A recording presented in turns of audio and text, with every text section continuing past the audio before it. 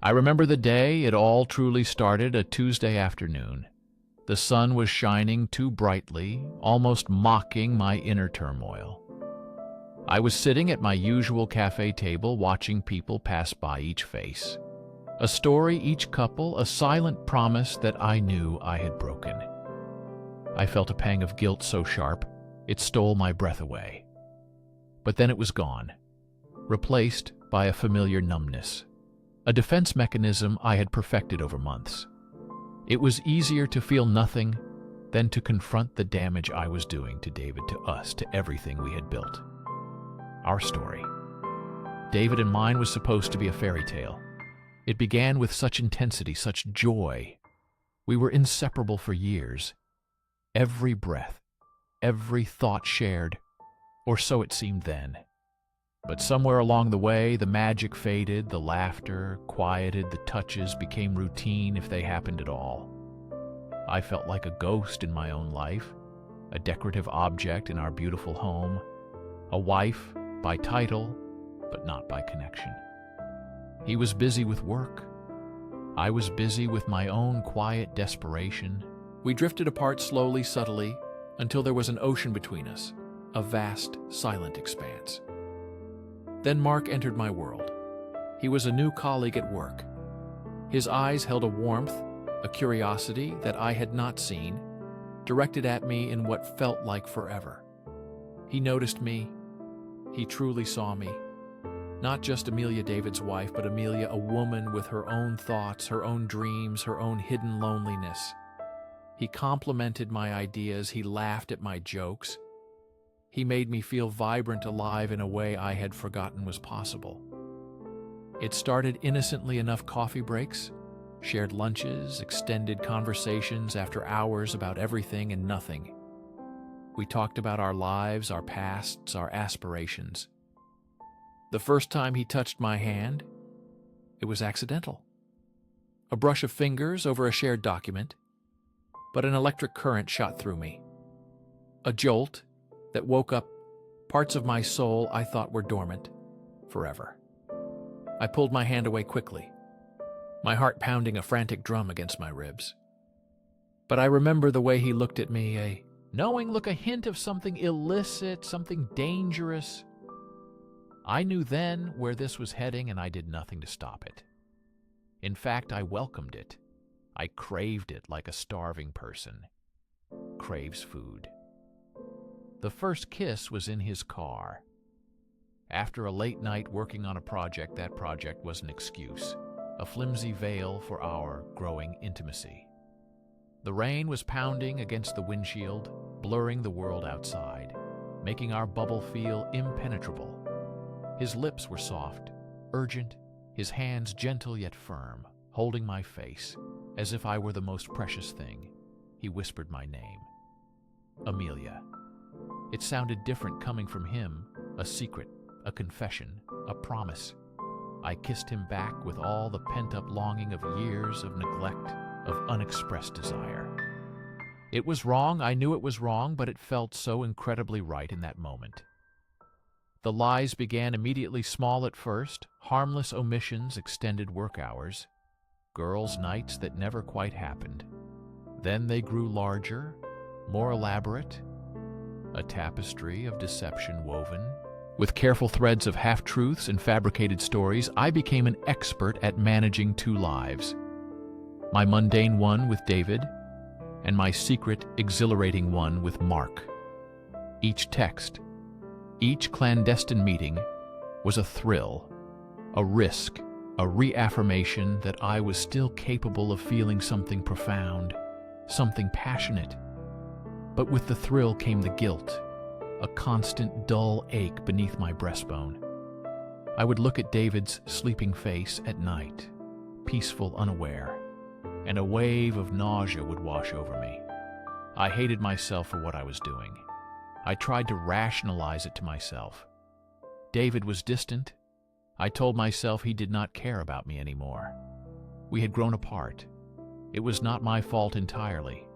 I deserved to be happy to feel desired again. These were the convenient lies I told myself to justify my actions, to quiet the insistent voice of my conscience. Mark made me feel beautiful, intelligent, loved. He listened to me, truly listened. He made me laugh, a genuine laugh that reached my eyes. He gave me attention, affection, a connection I desperately missed. He filled a void, a gaping chasm that had opened up in my relationship with David. But the void only grew larger, because with every secret shared with Mark, I was creating a wider gap between me and David. I was losing myself in the process too, becoming someone I barely recognized, a person consumed by deceit, a shadow of the woman I used to be. The stress became unbearable. I started losing sleep. My appetite suffered. My temper was frayed. I snapped at David for trivial things, then immediately regretted it, feeling the shame sting my cheeks. He noticed my changes. He asked if I was okay, if something was bothering me. I always had an excuse, a convenient lie, a dismissal. I saw the hurt in his eyes, the confusion, the slow dawning realization that something was deeply wrong. But he never pressed me. He never accused. He just retreated further into himself, mirroring my own distance. One evening, David came home early from a business trip a day earlier than I expected. I was supposed to be with Mark. We had plans. A weekend getaway, a small cottage by the lake. I panicked. I scrambled my mind, racing for an explanation for my packed bag, for my excited demeanor. I concocted a story about a spontaneous trip with a friend, but the words caught in my throat. They sounded hollow even to my own ears. David looked at my bag, then at my face, his expression unreadable. Then he simply said, "Amelia, what is going on?" His voice, quiet, devastatingly calm. My heart sank into my stomach. I knew in that moment it was over. Not just my secret life, but perhaps everything I confessed. I broke down in tears, the dam of lies finally bursting.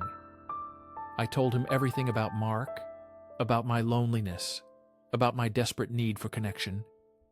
I watched his face crumple, his eyes fill with unshed tears. The pain etched onto his features was unbearable. It was far worse than any anger or shouting I could have imagined. His silence was deafening, a profound statement of betrayal, of shattered trust. Did not yell. He did not scream. He just sat there listening as my broken words spilled out, painting a picture of my infidelity, a picture that destroyed his world and mine. The aftermath was a blur of tears, accusations, self-loathing, and agonizing conversations. We talked for hours, days, weeks, trying to piece together the fragments of what was left. There was no easy fix, no magic wand to undo the damage. The trust was gone, obliterated by my choices, by my lies. The love was still there. I think beneath layers of pain and resentment, but it was bruised, broken, perhaps beyond repair. Mark was out of the picture. I ended things with him. His disappointment was clear, but it paled in comparison to the devastation I had wrought at home. I realized then that what I felt for Mark was not true love. It was an escape, a fleeting passion fueled by longing and selfishness. The hardest part was looking at David and seeing the stranger I had made him become. He was a shell of the man I loved, quiet, withdrawn, haunted by. My betrayal, I had traded a secure, loving partnership for a momentary thrill, for an ego boost, for a brief escape from my own perceived unhappiness. And in doing so, I had destroyed something precious, irreplaceable. I saw the cracks in our foundation, the ones I had neglected, the ones I had chosen to ignore, and instead of trying to repair them, I had driven a wedge through them, shattering everything I live with, the consequences every day. The weight of my actions heavy on my soul. There is no going back, no erasing the pain I caused. I lost myself in the pursuit of something I thought I was missing. And in doing so, I lost the man I loved the most, and quite possibly lost the chance at true happiness. The infidelity was not about Mark. It was about me, my insecurities, my inability to communicate my dissatisfaction. It was a selfish act born of desperation and cowardice. And now I am left with the wreckage, a broken heart, a shattered trust, and the profound sorrow of knowing I was the architect of my own. Undoing a tragic truth that will forever define a chapter of my life.